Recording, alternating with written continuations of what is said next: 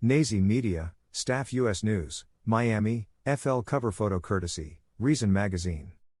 A current DEA agent and a former supervisor at the DEA were charged with leaking confidential law enforcement information to defense lawyers in Miami, in exchange for $70,000 cash. A report from the Associated Press said, the 5-count indictment charged DEA agent, John Costanzo Jr., with accepting bribes to provide sensitive information about pending investigations to former DEA supervisor for Miami, Manny Rico. Photo courtesy, Politico. Rico reportedly retired from the DEA over 2 years ago, before going on to work for Miami area defense lawyers as a private investigator.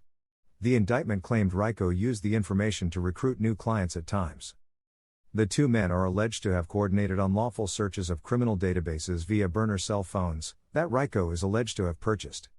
The indictment goes on to say that the operation was meant to mislead federal investigators and conceal payments from investigators. This was allegedly done with the knowledge of the defense attorneys Rico worked with. The indictment said Costanzo used the illegal money he made to repair his Porsche, purchase airline tickets, and make a $50,000 down payment on a condominium. In the latest attempt to try to repair the franchise's broken image, Papa John's has turned to former NBA All-Star, Shaquille O'Neal. Papa John's took a major hit when leaked recordings of founder and former CEO John Shatner making racist remarks surfaced. Papa John's has made multiple moves in an attempt to save the struggling pizza chain after its stock price took a major blow, including removing the founder's face from its pizza boxes and other marketing materials and a shitload of commercials attempting to show that the company employed people of every race. Neither really seem to be helping the company in a major way, but bringing Shaq into the company may be a different story. CNBC reported, Big Shaq will become the board's first African American director. Shaq also grabbed an investment in 9 Papa John's franchises in the Atlanta area.